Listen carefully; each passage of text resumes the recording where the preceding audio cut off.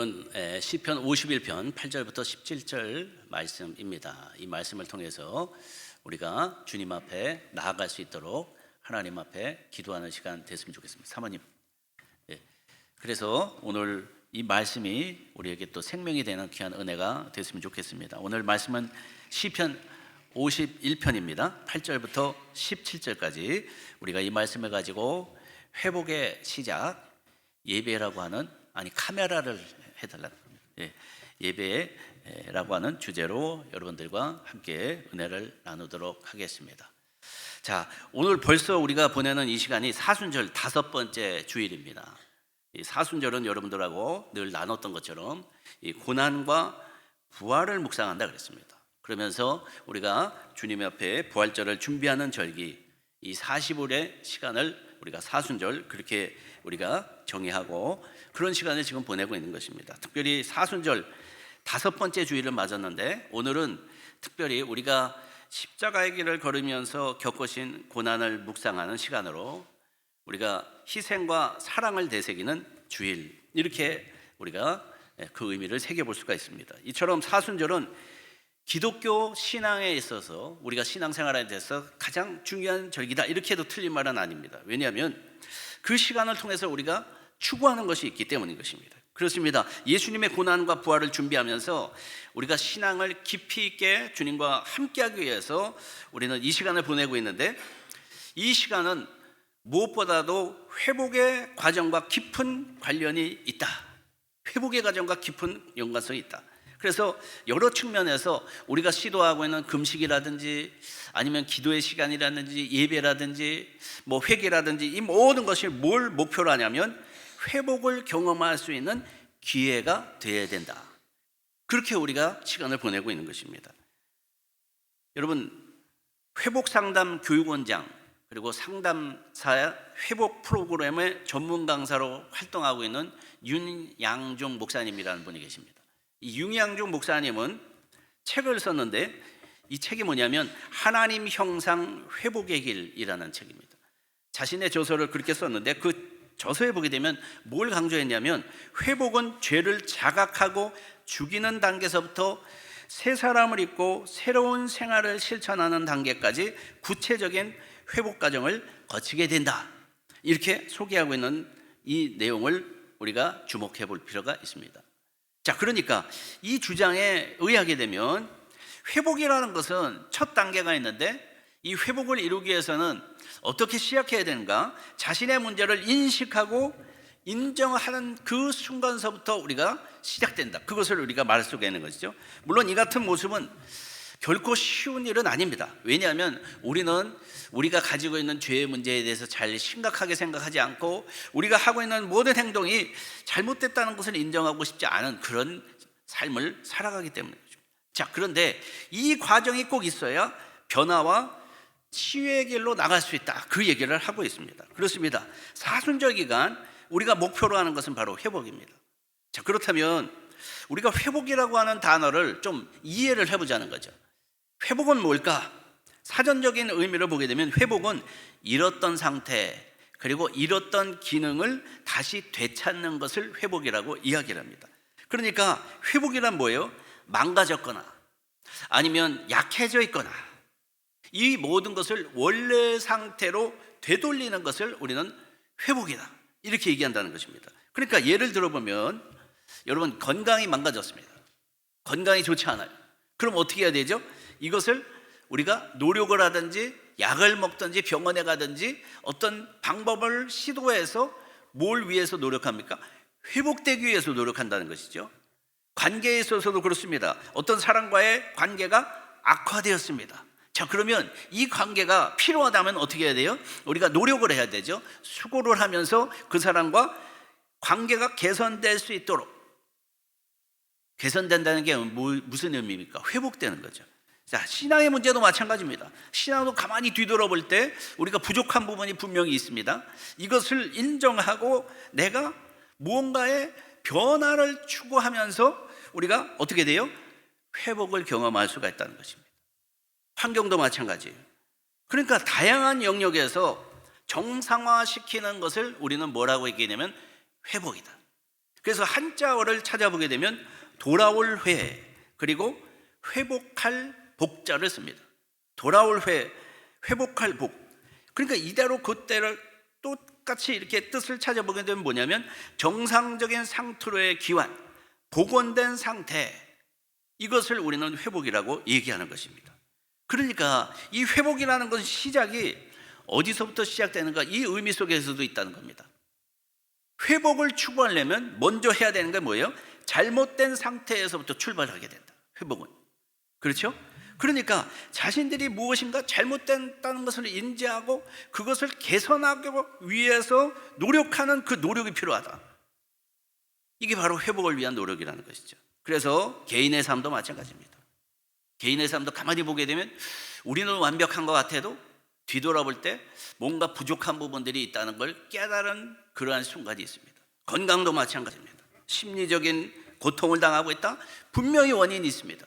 무엇인가 그게 원인이 되기 때문에 우리는 이 심리적인 고통을 느끼는 거죠. 신앙생활도 마찬가지입니다. 이렇게 다양한 형태의 잘못된 비정상적인 상태로부터 이것을 벗어나고자 하는 그 마음, 이것을 우리는 회복이다. 자, 그렇다면 사순절 기간 우리가 추구해야 되는 회복은 뭘까? 어떤 회복을 원하는 걸까? 사순절의 회복은 하나님과의 관계를 세우는 회복을 말하는 겁니다. 자, 그러니까 사순절의 기간의 회복은 단순한 감정적인 치유를 얘기하는 것이 아닙니다. 우리의 삶이 어떻게 변해야 돼? 그것도 중요하지만 가장 중요한 것은 뭐냐면 본질적인 회복은 하나님과의 관계가 회복될 수 있도록 힘쓰는 그 시간을 우리는 사순절 그랬습니다. 여러분 맞습니다. 인간의 모든 고통과 상처, 혼란, 그 근원지를 한번 찾아보게 되면 성경에서는 그 근원이 어디에 있냐 답을 주고 있는데 그것이 바로 하나님과의 단절에서부터 시작되고 있다. 그걸 가르쳐주고 있습니다. 하나님과의 관계에서부터 시작되고 있다. 그러니까 인간은 하나님과 단절되고 관계가 잘 형성되지 않게 되면 본연의 상태가 있었는데 그것을 벗어나게 된다는 거죠. 자, 그래서 그 삶에서 뭘 결과적으로 느끼냐면 죽음이라는 것을 경험하게 되고 고통이라는 것이 있고 아픔이라는 것이 있고 걱정이라는 것이 있고 영적인 공허를 경험하게 된다는 겁니다. 이런 모든 문제의 원인이 어디 있느냐? 여러분 정신과에 갈 것이 아니라 하나님과의 관계에서부터 문제가 생겨나고 있다. 성경은 그렇게 얘기한다는 것입니다. 그래서 59장 이사야서 59장 2절의 말씀을 보게 되면 이렇게 우리에게 말씀하고 있습니다. 오직 너희 죄악이 너희와 너희 하나님 사이를 갈라놓았고 너희 죄가 그의 얼굴을 가리어서 너희에게서 듣지 않으시게 함이니이다. 이 말씀을 하고 있다는 것이죠. 너희 죄악이 너희와 너희 하나님 사이를 갈라놓았다고 그랬어요. 그래서 너희 죄가 그의 얼굴을 가리어서 그러니까 하나님을 보고 싶어도 보지 못하는 거죠. 너희에게서 듣지 않으신다는 거죠. 누가 듣지 않으세요? 하나님이 듣지 않으신다. 이 본문이 말씀하고 있는 게 뭡니까? 하나님과의 단절된 관계죠. 하나님과의 관계가 망가진 거죠. 이처럼 우리가 사순절 기간 추구해야 될 목표는 뭐냐면 하나님과의 관계의 회복을 위해서 힘써야 된다는 것입니다. 자, 그런데 이 같은 회복에 초점을 맞추고 있는 중요한 단어가 하나가 있습니다. 바로 예배라는 거죠. 예배. 예배의 목적, 그것은 바로 회복입니다. 그렇습니다. 예배는 단순한 종교의식이 아니라는 거예요. 예배는 뭐냐? 하나님과 단절된 상태에 있던 우리가 우리의 모든 것을 해결받기 위해서 주님께서 허락하신 것이 바로 예배입니다. 그게 바로 제사라는 것입니다. 그렇습니다. 우리가 바라는 진정한 회복은 우리가 인간적으로 노력한다고 해서 해결되는 것이 아닙니다. 우리의 환경이 변한다고 해서 해결되는 것이 아닙니다. 정말 회복을 원한다면 하나님 앞에 엎드려서 예배로부터 우리가 시작된다는 사실을 알아야 된다는 것입니다. 여러분 왜 그런 말을 하느냐? 구약 성경 말씀을 보십시오. 이스라엘 백성들이 항상 했던 것이 뭐죠? 광야 생활을 하고 어떤 생활을 했을 때 그들이 하나님 앞에 했던 행위가 있습니다. 그게 바로 제사입니다. 제사를 드렸어요. 그 제사 제조 무엇을 위해서 드렸습니까? 여러분, 제물을 가지고 와서 거기서 피를 드리고 여러 가지 그런 일들을 했죠. 5가지 번제, 화목제 여러 가지를 드렸죠. 거기에 목적이 뭐냐면 하나님과의 관계가 재정립되고 회복되기 위해서 드린 겁니다. 제사의 목적은 뭐냐면 우리가 하나님과 단절되어 있는 상태에 있었기 때문에 하나님께서 그 모든 문제를 해결해 주시고, 그렇게 해서 하나님과 그 백성들이 함께하게 하기 위해서 만들어진 것이 제사 제도라는 거예요. 자, 그러면 신약 시대에 오게 되면 우리는 그러면 동물 제사를 드리지 않는데, 그러나 우리는 영적 예배를 드리고 있습니다. 영적 제사를 드리고 있습니다. 이유가 뭡니까? 영적 제사를 드리는 이유가 뭡니까? 자신의 삶을 거룩한 산제물로 하나님 앞에 드려서 이로써 그리스도 안에서 회복된 존재로 살아가기 위해서, 그게 바로 영적 예배의 목적이라는 것이죠. 이처럼 우리들의 무너진 마음, 내 마음에 보니까 지친 영혼, 깨어진 마음, 분열된 그 공동체, 다시 일어날 수 있는 힘이 있다 그러죠. 그것은 어디서부터냐? 예배 속에서. 언제부터요? 하나님의 임재와 말씀이 우리에게 역사할 때, 그때 회복이 되는 줄 믿습니다. 그렇기 때문에 우리가 먼저 회복되기를 원한다면 우리는 어떻게 해야 될까요? 예배로 나와야 되는 것이죠. 예배로 나오게 되면 하나님을 통해서 우리가 다시 세워진다는 것입니다. 여러분, 우리 함께 이 시간 옆 사람 보면서 이렇게 인사를 해봤으면 좋겠습니다. 다 같이 따라서 옆 사람하고 인사해 보세요. 예배는 끊어진 하나님과의 관계를 회복할 수 있는 사랑의 다리입니다. 믿으십니까? 그렇습니다. 그러니까 오늘 우리가 그 예배를 드리고 있는 거예요. 그래서 오늘 5번째 주일을 맞아서 너무나 우리가 잘 마음속에 새겨야 될 중요한 말씀, 바로 회복의 시작, 예배라는 주제로 여러분들과 말씀을 나누기를 원하는 것입니다. 그렇습니다. 여러분, 회복은 예배를 통해서, 우리에게 회복이 되려면 어떻게 된다고요? 하나님과의 관계가 다시 시작돼야 된다. 바로 그때 진정한 회복이 일어나게 된다는 것입니다. 무엇보다 이 시대의 모든 사람들 보게 되면 누구나 상처가 있습니다. 마음속에 낙심이 있습니다. 분주함 속에서 살아갑니다. 그래서 사람들한테 물어보세요. 뭘 원하십니까? 그럼 사람들이 뭐라 그러냐면 회복되길 원합니다. 회복되길 원합니다. 이 말을 한다는 것이죠. 그러나 우리가 알아야 될 것은 우리가 갈망한다고 해서 회복되는 게 아니라는 것이죠. 이 회복은 감정적인 위로에는 영향을 미칠 수가 있지만, 정말 우리가 참된 회복을 우리가 해결받기 위해서는 하나님의 은혜로 예배 속에서 어루만짐을 경험해야 되는 것입니다. 그렇습니다. 인간은 죄로 인해서 어떤 상태라 그랬죠? 하나님과 단절된 상태다. 자, 그래서 죄는 항상 어떤 역할을 하냐면 하나님과 단절을 시킨다는 것입니다. 자, 그런데 이 모든 것을 해결하기 위해서 하나님께서 우리에게 허락하신 것이 예배입니다. 예배. 자, 그래서 이 모든 것을 위해서 하나님 앞에 나갈 때 우리에게는 하나님의 위로와 평강이 찾아오게 되는 것입니다.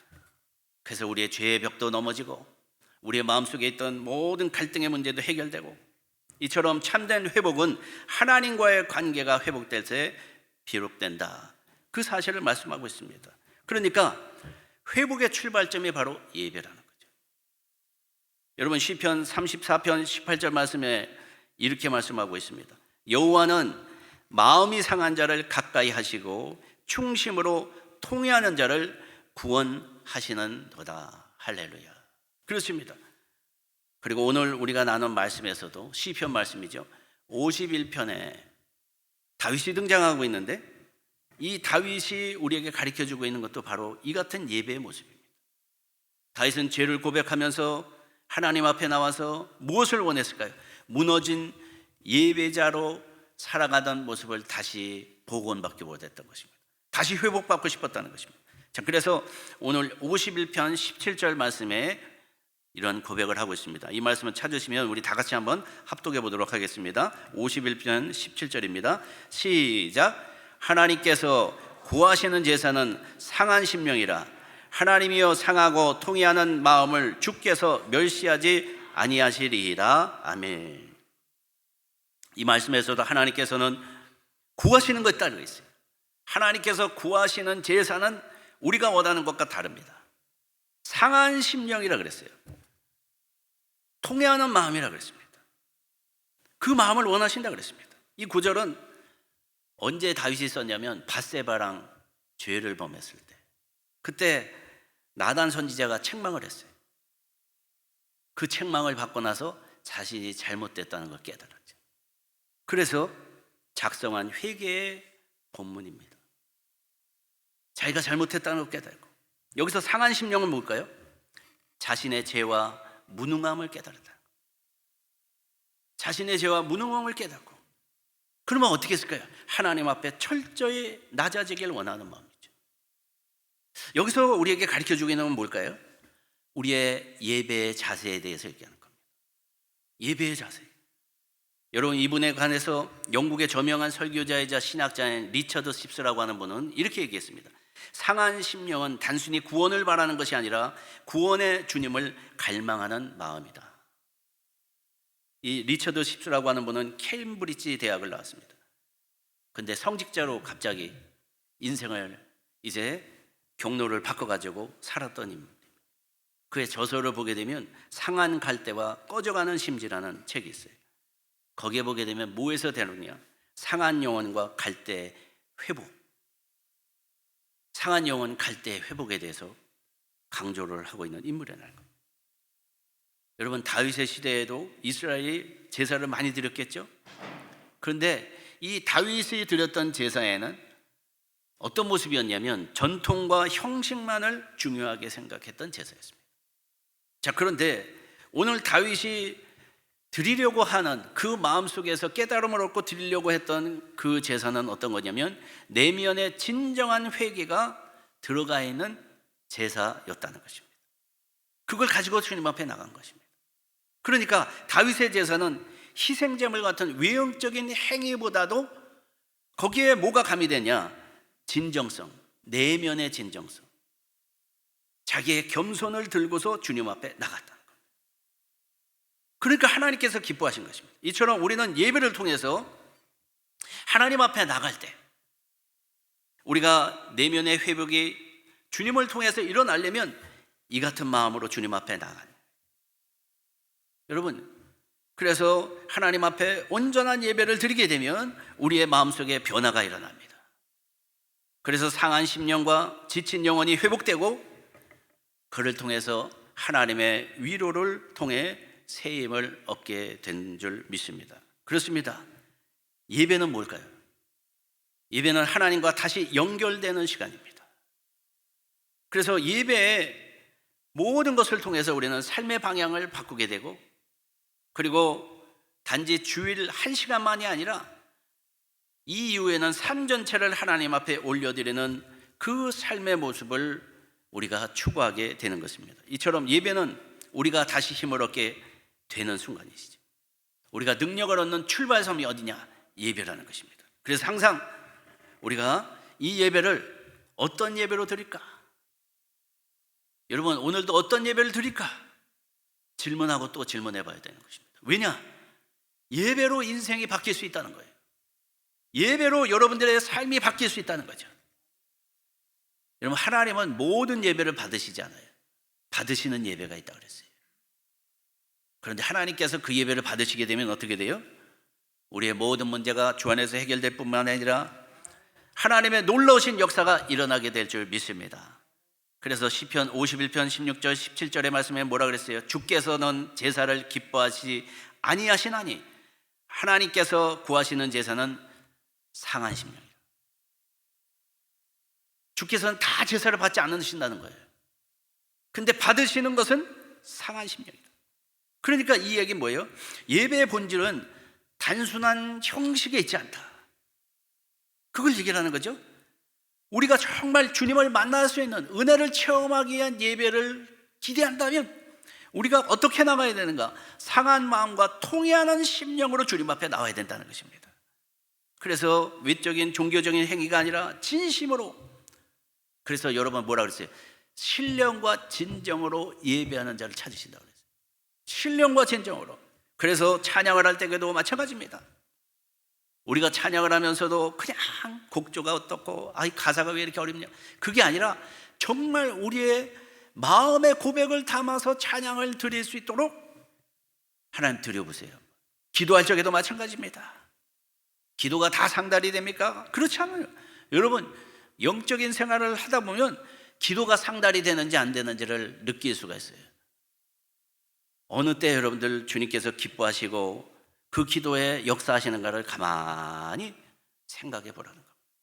이처럼 감정적인 표현보다 하나님 앞에 진실된 마음을 담아서 경외하는 마음이 중심이 되는 그 마음의 고백을 담아서 하나님 앞에 예배하는 것, 이와 같은 마음으로 예배로 나갈 때 우리 하나님은 진정한 관계 개선을 허락하실 뿐만 아니라 하나님의 역사를 이루어 주신다는 그 이야기를 여러분들에게 들려주고 있는 것입니다.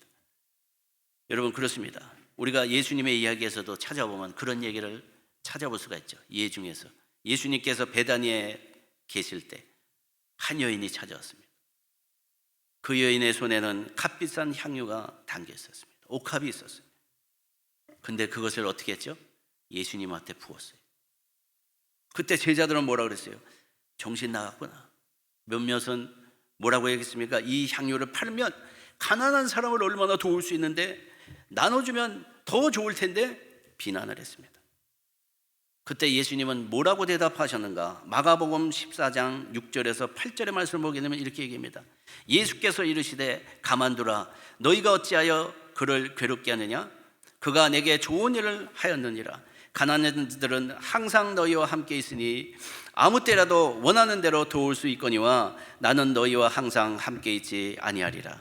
그는 힘을 다하여 내 몸에 향유를 부어 내 장례를 미리 준비하였느니라. 이 말씀의 의미가 뭘까요? 이 여인은 형식적인 제사로 의무적으로 주님 앞에 한 것이 아니라, 여러분, 그녀의 행동은 진정으로 마음에서 우러나오는 행동이었다. 그 마음으로 주님 앞에 드렸다. 왜요? 여러분, 상한 마음, 죄에 대한 회개의 마음을 가지고 주님 앞에 나왔기 때문에, 정말 주님 앞에 해결받기를 원하는 마음으로 나왔기 때문에, 예수님에 대한 사랑과 헌신을 가지고 나왔기 때문에 그게 나타난 거예요. 그래서 그것을 부은 겁니다. 그게 함께 했기 때문에 그게 바로 하나님 앞에 기쁨이 된 거예요. 하나님께서 기뻐 받으신 것이죠. 여러분, 그렇습니다. 우리가 가만히 볼 때 예배가 회복을 일으키는 이유가 뭘까? 몇 가지를 한번 찾아보자는 거죠. 왜 예배가 회복이 됩니까? 예배는 첫 번째, 우리의 마음을 진단하는 시간이기 때문에 그런 것입니다. 여러분, 사람들의 모습을 보십시오. 예배를 드리는 모습이 각자 천차만별로 다릅니다. 그런데 거기에서 우리는 뭘 찾아볼 수 있느냐? 나는 예배에 어떤 마음을 가지고 있나를 찾아볼 수가 있어요. 그래서 예배는 마음을 진단하는 시간이다. 마음을 진단하는 시간. 나는 항상 예배에 목말르다. 여러분, 그런 사람은 행동으로 나타납니다. 나는 그냥 형식적으로 드리는 거야. 일주일에 어려서부터 그랬으니까, 3대째 그랬으니까 형식적으로 드린 사람. 근데 예배를 통해서 우리는 내면을 들여다볼 수가 있어요. 그 속에서 우리는 어떻게 됩니까? 하나님과의 관계를 점검할 수 있죠. 그렇습니다. 예배는 단순한 종교의식이 아니라 우리의 정신적, 영적 상태를 평가하고 그에 따른 변화를 위해서 필요한 시간입니다. 그렇기 때문에 예배 중에 우리는 스스로의 삶을 돌아보고 어떻게 하면 우리가 하나님과의 관계를 잘 회복받을 수 있을까? 그렇습니다. 두 번째, 예배는 치유의 통로이기 때문에 그렇다는 것입니다. 예배는 뭐예요? 치유의 통로다. 여러분, 예배는 하나님의 임재가 우리의 상처를 어루만져 주는 시간입니다. 그렇습니다. 여러분, 예배는 단지 찬양하고 설교 듣는 시간이 아닙니다. 예배는 나와 하나님과의 깊은 만남의 시간이 바로 예배입니다. 그 시간을 통해서 하나님 무엇을 하십니까?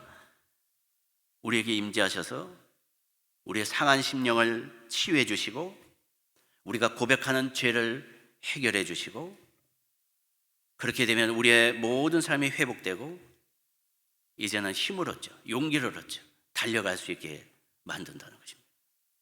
여러분, 한 청년이 있었습니다. 오랫동안 가족 문제와 인간관계에서 많은 상처를 갖고 마음이 무너지고 신앙도 시들시들해지고 그렇게 살아가고 있었습니다. 그에게 예배는 어떤 것이었을까요? 일주일에 한 번 참석하는 것. 종교적인 의무였습니다. 마음은 늘 그래서 허전했습니다. 그런데 어느 날 그의 어머니가 중병에 걸렸습니다. 병원에 가셨습니다. 대기실에 앉아 있는데 한 구석에서 아무 일도 할 수가 없었어요. 눈물만 납니다. 계속 눈물만 흘리고 있었어요. 근데 옆에 보니까 성경책이 눈에 들어왔습니다. 무심코 성경책을 열고 자기가 처음 해본 구절이 있었어요. 그게 뭐였냐? 여호수아서 1장 9절의 말씀입니다. 그 말씀을 이렇게 얘기합니다. 내가 내게 명령한 것이 아니냐? 강하고 담대하라. 내 하나님 여호와가 너와 함께 하시리라. 여러분, 그 말씀을 듣고 그 순간 예배당이 아닌 병원에서 그가 느낀 게 뭐냐? 주님이 임재하시는 걸 느꼈어요. 아, 주님이 임재하셨다. 설명할 수 없는 평안이 오고 있습니다. 쏟아지는 눈물, 왜 우는지도 모릅니다. 눈물이 흘립니다. 그런 감정으로 그의 마음속이 치유받고 어루만져지는 것을 느꼈습니다. 그리고 그 속에서 그는 엉엉 울며 자신의 연약함과 죄를 고백하면서 하나님 앞에 용서를 구하는 기도를 드렸습니다. 한마디로 은혜를 체험한 겁니다. 은혜를 체험했어요. 자, 그날 이후 그의 삶이 바뀝니다. 형식적으로 참석했던 예배의 자리에 갔는데 예전과 다른 거예요. 갑자기 마음속에 주님의 임재와 동행하심을 경험하게 됩니다. 성령의 뜨거움을 느낍니다. 여러분, 그 시간부터 그에게는 다시 살아가야 될 이유가 생긴 겁니다. 힘을 갖고 그거는 달려가야 되겠다는 생각을 했습니다. 맞습니다. 예배는 그와 같은 것입니다. 우리가 하나님의 임재를 경험하게 되면 하나님은 우리의 모든 상처로부터 자유롭게 해주십니다. 우리는 그 시간을 위해서 오늘 이 자리에 나온 거예요. 그렇습니다. 이것이 바로 예배의 능력이고 힘인 줄 믿으시고 오늘도 그런 예배를 경험하시기를 바랍니다. 세 번째, 예배는 우리의 능력이요 원천이 되기 때문에 예배가 회복을 일어나게 하는 것이다 말하는 것입니다. 그렇습니다. 예배는 영적 능력의 불씨가 됩니다. 예배를 통해서 자신의 능력과 은혜를 하나님께서는 드러내기를 원하세요. 그래서 우리 삶에 새로운 힘이 공급되고 그 만남을 통해서 우리는 영적인 놀라우신 그 은혜 속에서 모든 것을 할 수 있다. 그 가능성 앞에 서게 되는 것입니다. 이같이 예배는 우리의 영혼을 새롭게 하고 하나님 앞에 우리가 새로운 삶을 살게 만드는 중요한 시간이라는 것입니다. 그래서 예배를 통해서 우리는 우리의 삶을 재정비할 수 있다. 여러분, 그러니까 사람들이 뭐라 그랬어요? 예배는 영적 전쟁의 무기라는 거죠. 예배는 거죠. 그렇습니다. 오늘 이 말씀을 하는 거예요. 예배가 회복되면 모든 것이 해결된다. 단순한 문장 같죠? 그런데 이것을 정말 체험해 볼 수 있어야 돼요. 예배가 회복돼야 모든 것이 회복된다. 성경을 뒤져보십시오. 이게 바로 성경에서 가르쳐주고 있는 하나님의 원리입니다. 그렇기 때문에 여러분들의 모든 문제 어떻게 해결될까? 예배로 나오세요. 예배로 나와서 하나님이 받으시는 예배를 우리가 드리게 되면 우리의 모든 문제, 여러분들을 가로막고 있는 앞에 있는 모든 문제들 주님께서 감당해 주시고 해결해 주실 줄 믿습니다. 그렇습니다. 오늘 말씀을 결론 지으면서 마지막으로 여러분들에게 여쭙고자 합니다. 여러분들의 예배는 진정한 회복의 시간입니까?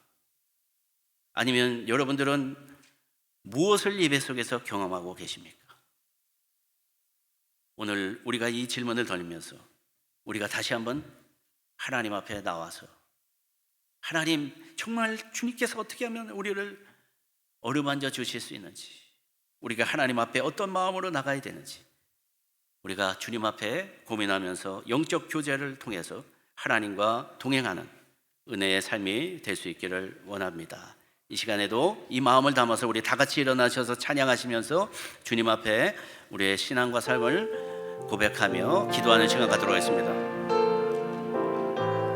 그렇습니다. 하나님께서 찾으시는 예배자 되길 원합니다. 고백하는 마음으로 우리 찬양하겠습니다. 나는 하나님을 예배하는, 나는 하나님 예배하는 예배자입니다. 예배자입니다.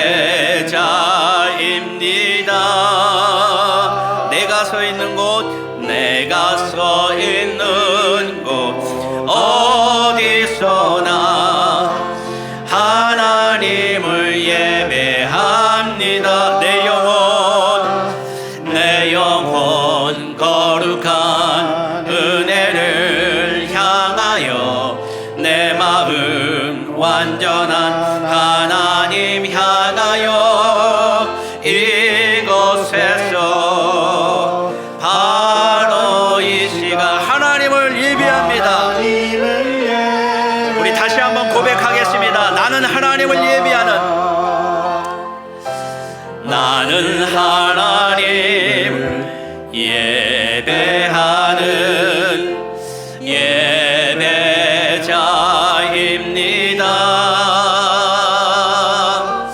내가 서 있는 어디서나 하나님을 예배합니다.